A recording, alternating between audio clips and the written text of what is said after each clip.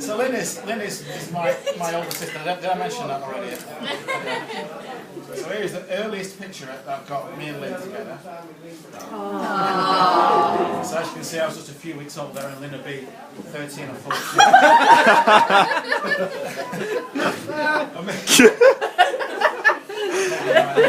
Maybe 7. Maybe 5. Yeah. Okay. So that was our house in the house actually I was born in Rochester. The earliest picture I've got. So just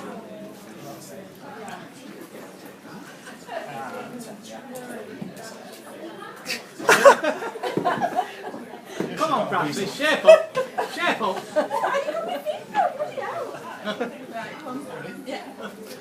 Clearly rehearsed. So Lynn and I have always been very close. Sometimes a little too close, as you can see here. Sisterly love. Mohammed, do you recognise any of that?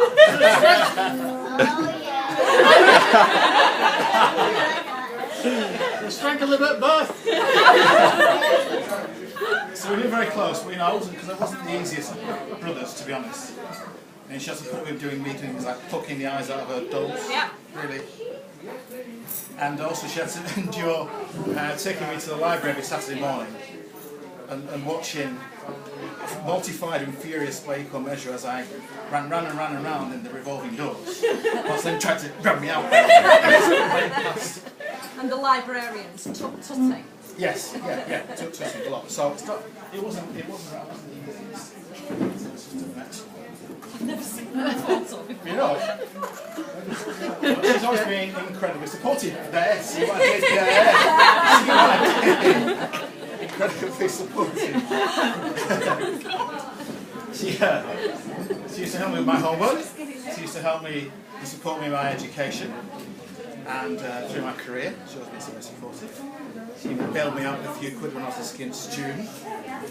And so she's helped me, enormously in many ways and continues to do so. I'm very lucky.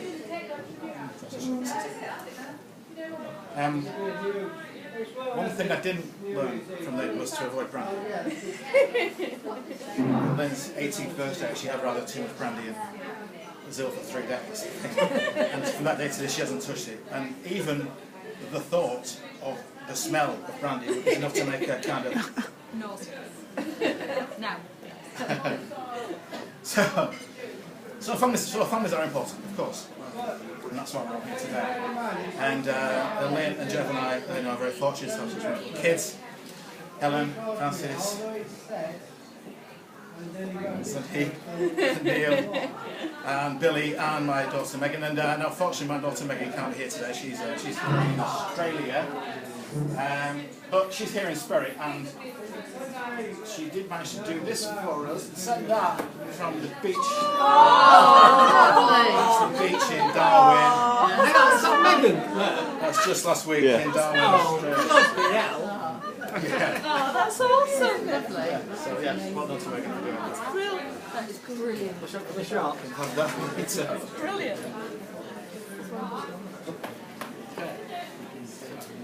Oh yes, so I would like to talk a little bit about our parents. There we are. That's me and Lynn and our parents in 1965. All dressed up in our best and really smart. Ready for the annual May Sunday procession where we used to march down the streets. Looking very smart. Now our father died in 1969 when I was just 9 and Lynn was 16. And it was a very tough time for us and for the three of us. And Lynn stepped up to the mark. She curtailed her education and she went and got Joe Barker's bank to support my mother and I and myself and a great job she did. So thank you. And then our mother died more recently than that. She died in 1992, I felt the same year that Billy was born. And so we shared this lot of course with Jev, his parents, mother some 15 years ago, I think, and your mother and your father coming up to 2 years ago. So we share that lot. So we miss them today. And but I know for a fact if they were here, they'd be incredibly proud and happy to see his lovely marriage. So I think as we think of them and others we have lost, we'll have a little toast, please, and that's going to be to